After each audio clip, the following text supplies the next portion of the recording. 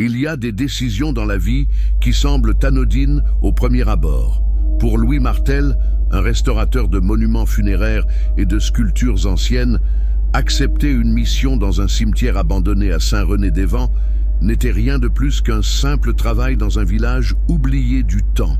La rémunération n'avait rien d'extraordinaire, mais après des mois passés à tenter de survivre en ville, jonglant entre des clients imprévisibles et des projets sans avenir, un peu de tranquillité dans un endroit isolé ne lui paraissait pas une si mauvaise idée. Il avait besoin d'argent, et surtout, d'un peu d'air pour souffler. Dès son arrivée au village, il perçut quelque chose d'inhabituel. Les rues étaient désertes, l'atmosphère semblait plus pesante que la normale, et les habitants, au lieu de l'accueillir avec la curiosité habituelle qu'inspirent les étrangers, évitaient à peine de croiser son regard. Lorsqu'il tenta de poser des questions, il ne reçut que des réponses évasives. Personne ne voulait parler. Le pire fut lorsqu'il mentionna le cimetière. Un silence écrasant s'installa. Certains détournèrent les yeux, d'autres se signèrent discrètement, et une vieille femme murmura quelque chose qu'il ne parvint pas à entendre. Mais il le ressentit. Quelque chose clochait. Pourtant, il choisit d'ignorer cette impression.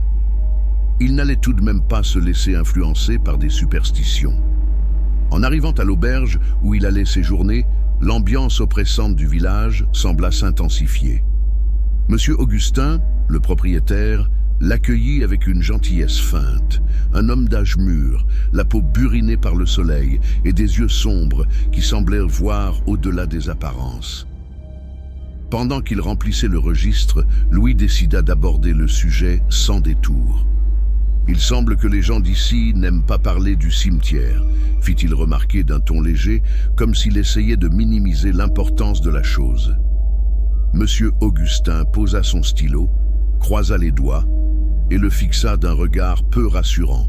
« Ce n'est pas un endroit où l'on doit s'aventurer », finit-il par dire. « On l'a oublié pour une raison. » Louis haussa un sourcil.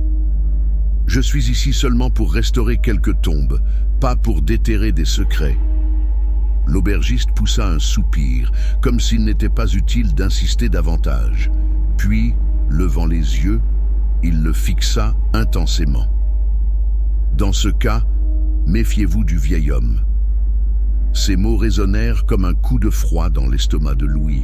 « Quel vieil homme ?» Monsieur Augustin ne répondit pas. Il se contenta de récupérer le registre et s'éloigna vers l'arrière de l'auberge, signant ainsi la fin de la conversation. Un frisson parcourut l'échine de Louis.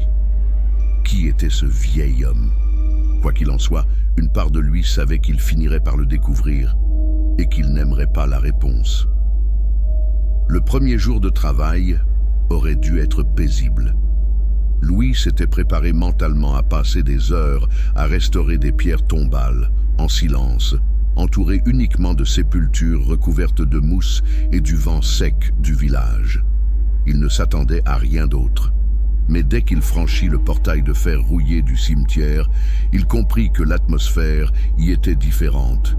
L'endroit était modeste, entouré de vieux arbres dont les branches noueuses ressemblaient à des cerfs griffant les tombes.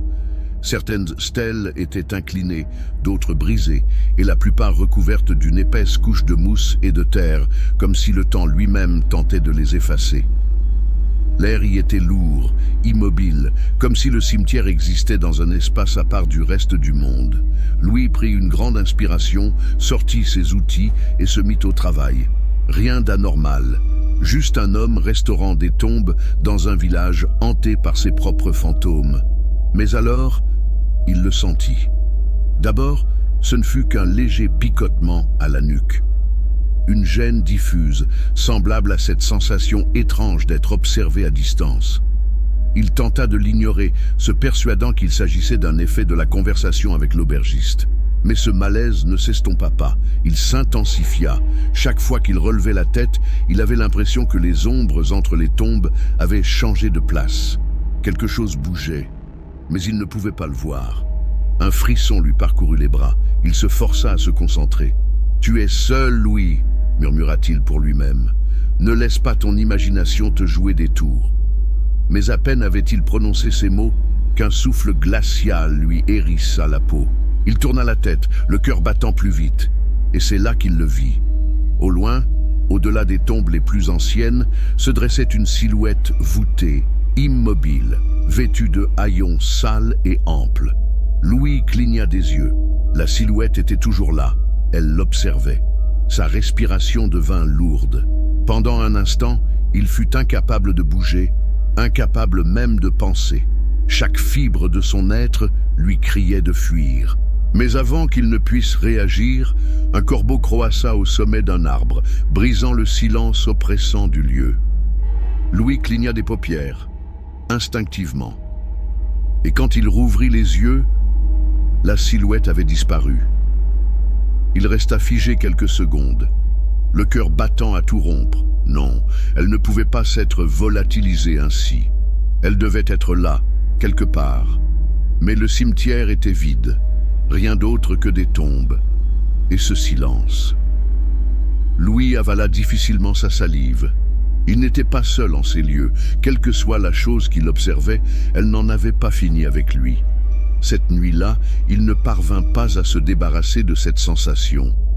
Ce vieil homme, ou ce qu'il avait vu dans le cimetière, ce n'était pas une simple illusion. De retour à l'auberge, il tenta de se convaincre qu'il s'agissait d'un simple mirage, un mélange de fatigue, de suggestion et de l'ambiance troublante du village. Mais plus il y pensait, plus cette explication lui paraissait fragile.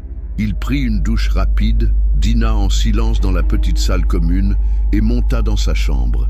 Il était épuisé, mais incapable de dormir. Quelque chose le perturbait. Dehors, le vent soufflait en rafales, secouant violemment les fenêtres. Dans le silence de la nuit, il aurait juré entendre des murmures se mêler au vent. Poussé par une impulsion étrange, Louis s'approcha de la fenêtre, ressentant le besoin irrépressible de vérifier que tout était en ordre. Et c'est là qu'il le vit. Debout, au milieu du chemin de terre, juste en face de l'auberge, une silhouette immobile l'observait depuis l'obscurité. Un frisson glacé lui parcourut l'échine. La figure ne bougeait pas, mais sa seule présence suffisait à rendre l'air oppressant, irrespirable. Son cœur battait si fort qu'il en entendait les pulsations résonner dans ses tempes. Il cligna des yeux, et la silhouette n'était plus là. Louis recula brusquement, le souffle court. Avait-il rêvé? Mais il n'eut pas le temps de se poser la question, car un bruit brisa le silence de la nuit. Un coup. 3 frappes sourdes contre la fenêtre. Il se figea sur place. Il n'y avait pourtant personne dehors. La gorge sèche, il recula lentement jusqu'au lit, cherchant une explication rationnelle. Le vent. Oui, cela devait être le vent. Mais alors il l'entendit. Un murmure rauque, à peine audible, mais bien réel. Pars avant qu'il ne soit trop tard. La voix ne venait pas de l'extérieur. Elle venait de l'intérieur de la chambre. Louis se retourna d'un mouvement brusque, son souffle s'accélérant. Mais il n'y avait rien. Personne. Le silence était total. L'air était glacé. Et même s'il ne voyait rien, il savait qu'il n'était pas seul. Quelque chose était là, à l'affût. Il ne ferma plus l'œil de la nuit. Chaque ombre dans la pièce semblait trop dense, trop figée, comme si une présence se dissimulait dans les coins les plus sombres, attendant le moment propice pour se manifester. Au premier rayon de soleil, il quitta sa chambre précipitamment. Il lui fallait des réponses. Il descendit les escaliers de l'auberge à toute vitesse et trouva Monsieur Augustin derrière son comptoir, préparant du café comme si de rien n'était. Pourtant, dans son regard, Louis devina qu'il en savait plus qu'il ne voulait l'admettre. Il s'approche sans détour. « Qui est le vieil homme ?» demanda-t-il d'une voix tendue.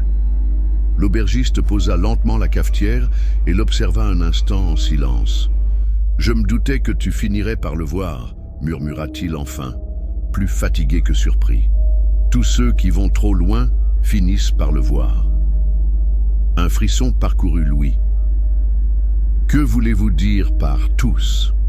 Monsieur Augustin poussa un soupir, massant ses tempes comme si de vieux souvenirs refaisaient surface. Il y a longtemps, un fossoyeur vivait ici, un homme solitaire, sinistre, avec un regard qui donnait l'impression que vous étiez déjà sur sa liste d'attente. On disait qu'il ne se contentait pas de creuser des tombes, il décidait aussi qui allait les remplir. Louis sentit sa gorge se nouer. Et qu'est-il devenu ? L'aubergiste plissa les yeux, hésitant sur ce qu'il devait révéler. « Il est mort il y a des décennies », finit-il par dire. Mais personne ici ne croit qu'il est vraiment parti. Le sang de Louis se glaça.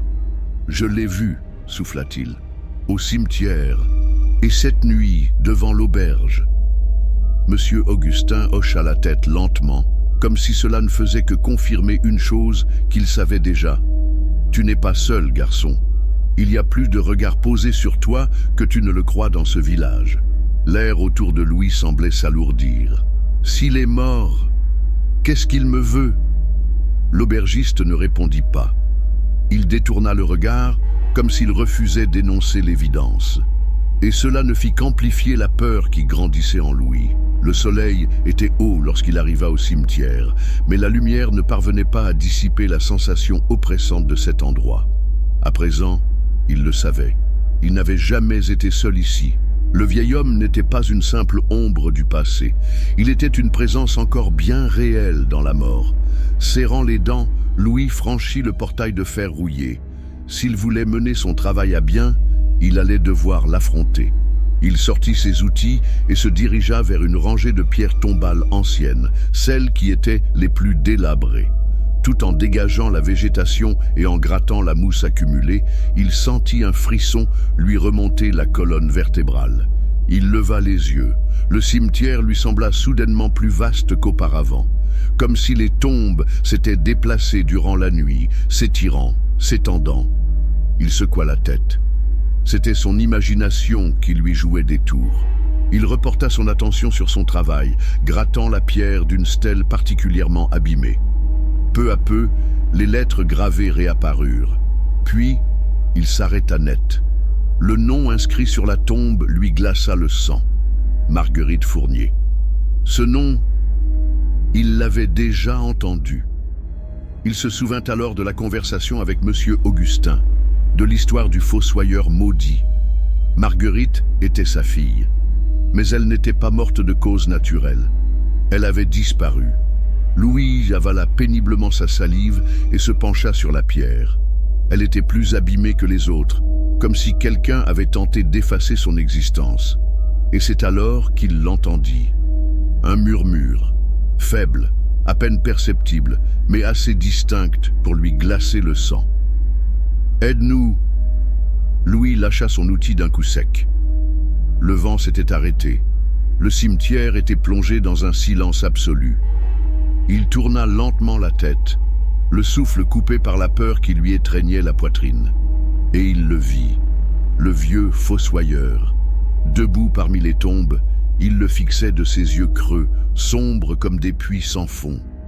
Louis était incapable de bouger. Son corps était figé, tandis que son esprit hurlait « Cours, cours, cours !» mais ses jambes refusaient d'obéir. Le vieil homme inclina légèrement la tête, comme s'il l'observait, l'évaluait, comme s'il attendait quelque chose. Puis, sans le moindre avertissement, il disparut. Louis vacilla en arrière, sa respiration saccadée. Ce n'était pas une illusion. Le vieil homme était là, et il l'attendait. Son souffle, elle le regarda avec curiosité, mais ne posa pas de questions. « Je cherche des archives anciennes sur le cimetière », déclara-t-il en essayant de paraître détendu. La femme le scruta longuement. Puis elle désigna une étagère au fond de la salle. « Les dossiers les plus anciens sont là », murmura-t-elle, « mais certaines histoires mériteraient de rester endormies. » Un frisson lui parcourut l'échine à ces mots, mais il ne répondit pas. Il se dirigea vers les rayons, effleura du bout des doigts les reliures abîmées et se mit à fouiller. Les minutes passèrent, peut-être une heure, et puis il tomba dessus. Un registre d'inhumation, relié de cuir sombre, ses pages jaunies et fragiles sous ses doigts. Il l'ouvrit avec précaution, feuilletant lentement les pages, et il trouva son nom, Marguerite Fournier. Le souffle de Louis se coupa lorsqu'il lut l'inscription à côté de sa tombe. Disparu le 3 novembre 1897. Corps non retrouvé, pierre tombale érigée sur ordre du père. Il n'y avait pas d'acte de décès. Aucune preuve qu'elle était morte. L'air se fit plus lourd autour de lui. Les tombes sont pour les morts. Mais Marguerite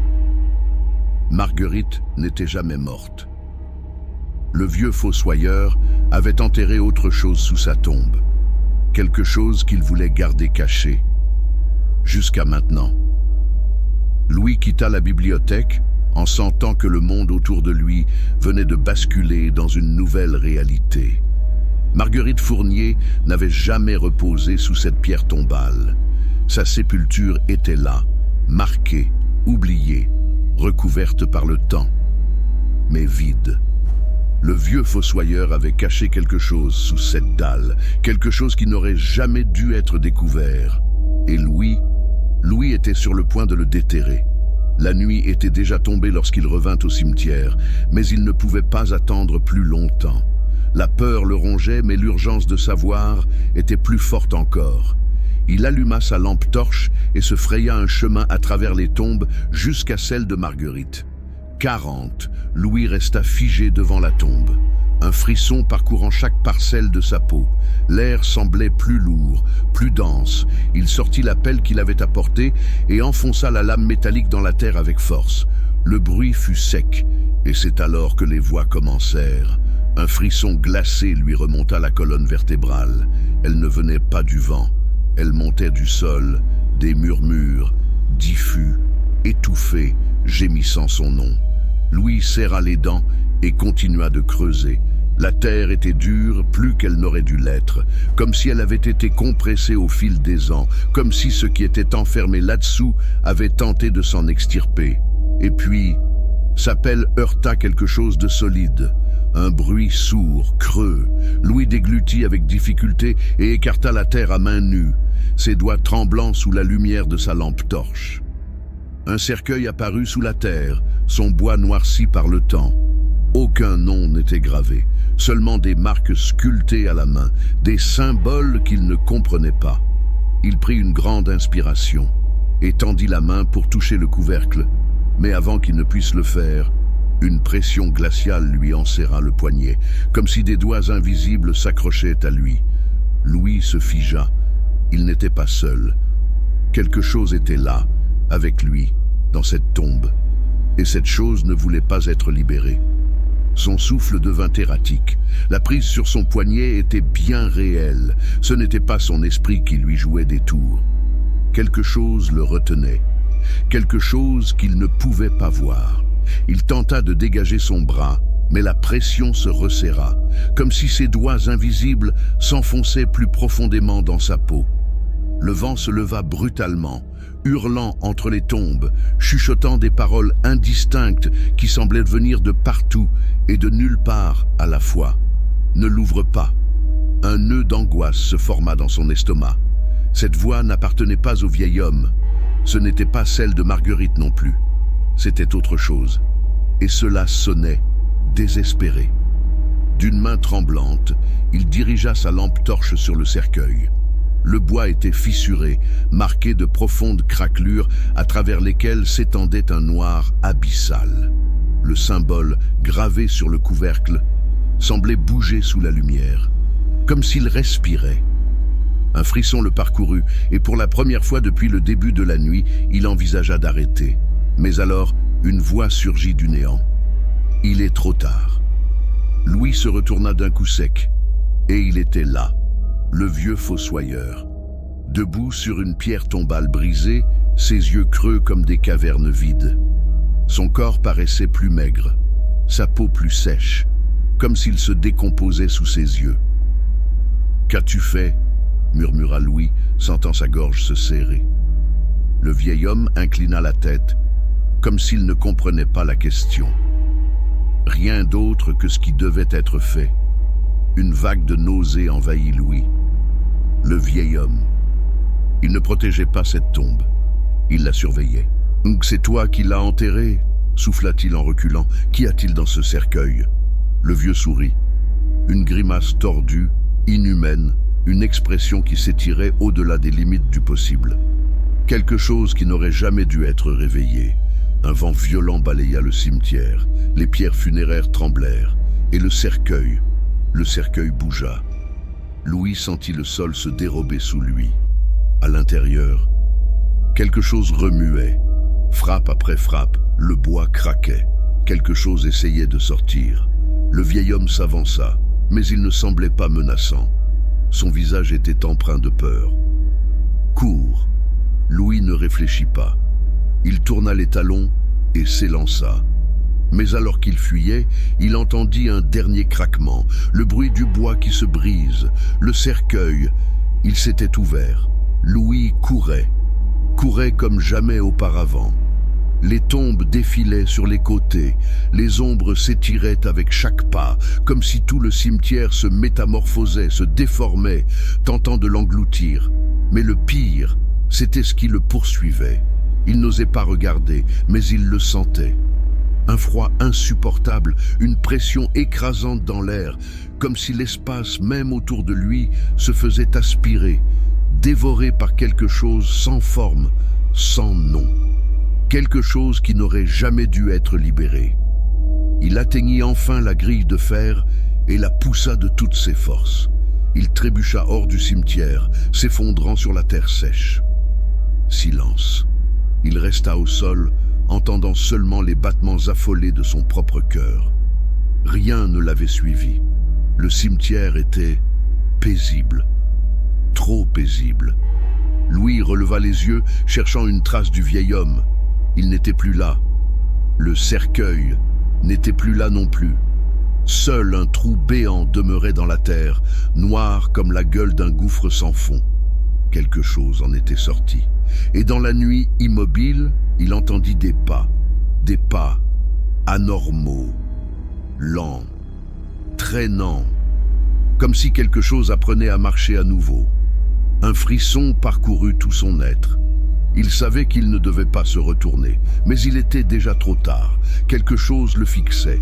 Il ferma les yeux, retint son souffle, et une voix s'éleva du néant, une voix qui n'appartenait pas au vieux fossoyeur, une voix qui résonnait comme des dizaines, des centaines d'autres en même temps. « C'est à toi de veiller maintenant. » Un frisson parcourut son dos, car cette voix venait de juste derrière lui, et elle était bien trop proche.